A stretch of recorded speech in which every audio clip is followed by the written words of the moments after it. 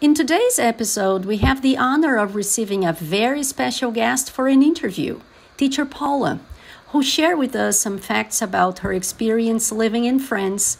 Paula, welcome to Ballooncast. Thank you, teacher Fabi. It's my pleasure. Oh, fantastic. Can we start our interview? Yes, of course. Okay.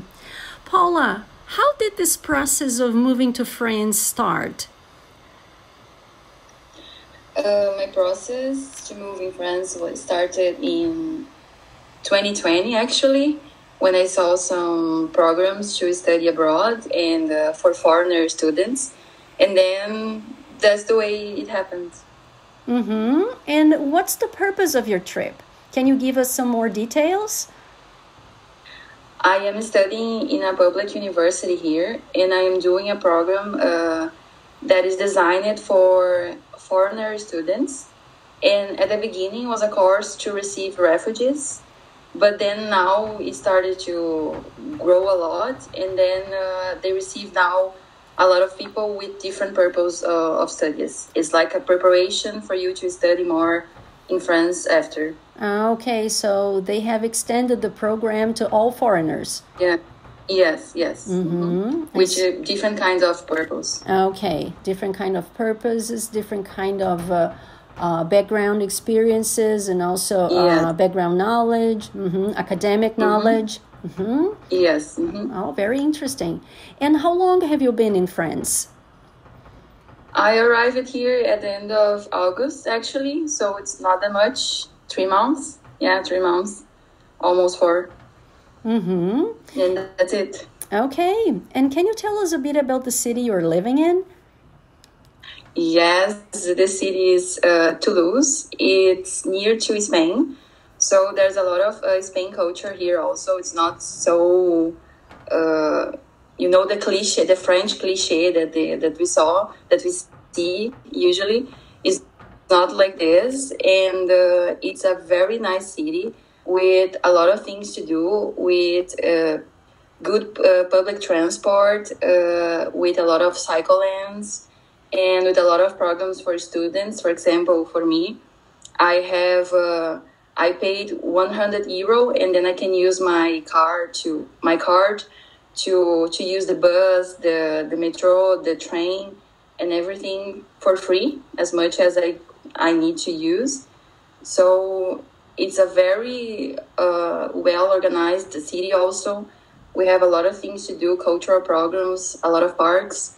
So it's been really amazing, a really nice city. And not so busy as Paris, for example. Okay, all right. And how about the weather? The weather is pretty good, and I'm not missing the Gaúcho weather because it's pretty similar. So the summer is very hot. Hot and muggy, I assume. Winter, yeah. And the winter is... I'm feeling that like I am in Rio Grande do Sul because it's very sunny and sometimes windy. But yeah, it doesn't snow, and for me it's something good. And yeah, it's very similar with the Gaúcho weather. I can say this. Okay. So considering a winter in the North Hemisphere, we can say that winters are mild and summers are hot. Yes, exactly. Okay, all right. Paula, now how about the language, learning French? How challenging is it? Do you think it's easier or harder than English? How would you compare both languages? For me, it's been very challenging because of the pronunciation, mainly because of the pronunciation. And there are a lot of things that we don't say neither in Portuguese or English. So for me, I'm struggling a little bit with the pronunciation, basically. And I think because we have more contact with English, we have more, for example, on Netflix, you have a lot of options. We are in contact with the American or British culture, for example.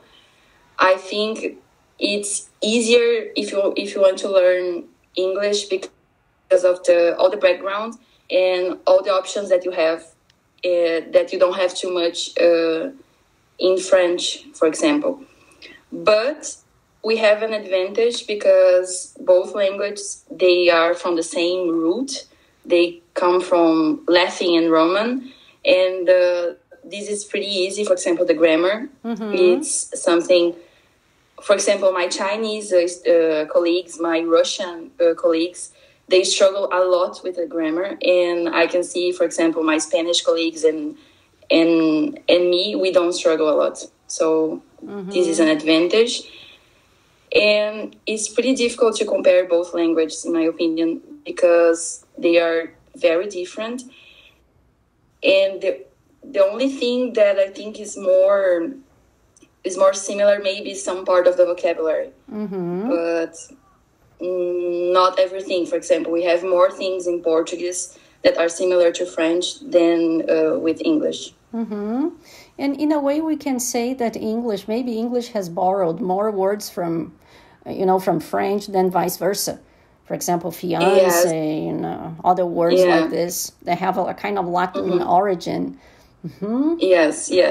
Interesting, Paula. And considering your programs of study at university, what are the highlights of your program? There are a lot of good things about my program. For me, the first one is opportunity to study abroad for free. This is something, my course, it's a public course. And the other thing that I'm really enjoying is the cultural knowledge that I am acquiring here, and also the opportunity to live and to study with different people from all around the world. This has been such an amazing experience. Very rich, I assume. Studying and having a kind of daily contact with people from different nationalities, different backgrounds, different experiences. Yes.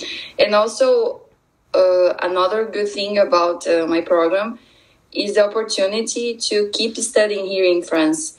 And for example, if you have a basic level of French, they are going to teach you until you are ready to study, like to do a master's or to do a graduation course. So they prepare you to study in the French educational system. So you have to be fully proficient. In other words, you have to be fully proficient. Yeah. And they'll prepare you for that. Oh, excellent. Yes. You've already spoken a little about culture and cultural facts, especially considering the city you're living. But we know that there are some cliches about French people, how they behave, how they treat tourists, etc. And how has your experience been so far?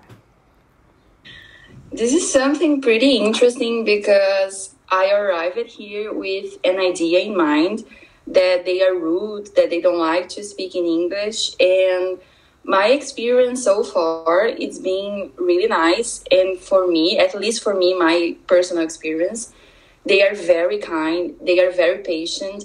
And for example, this happened to me twice when I was in a store buying clothes. And then the girl asked me if I wanted a bag, because here you don't get a bag for free, like a plastic bag or paper bag. You need to bring your own bag, or you need to pay to buy a bag. And she was asking me this, and I didn't understand. And she saw on my face that I hadn't understand, and she changed it to English, and she started to speak with me in English. And I thought this very kind, and she was trying to talk with me. And I don't feel that they are rude, at least not with me. And of course, I always try to speak in French. But for example, when I arrived in the airport, the policeman saw that I was Brazilian, and then he already started to speak with me in English. So yeah, my experience being really great. Which proves that, those kind of generalizations can be very dangerous. Yeah. Because when you visit a country, or when you live, in a country with, especially bigger countries, different regions, sometimes different accents, different types of immigration, So I think it's dangerous to generalize and think that everybody will behave in a certain way, and as we can see, that's not how the cookie crumbles, right? Yes, exactly, exactly. And even in Paris, that is like a very busy city, I was treated pretty well. They were very kind. The staffs from the hotel and from other services.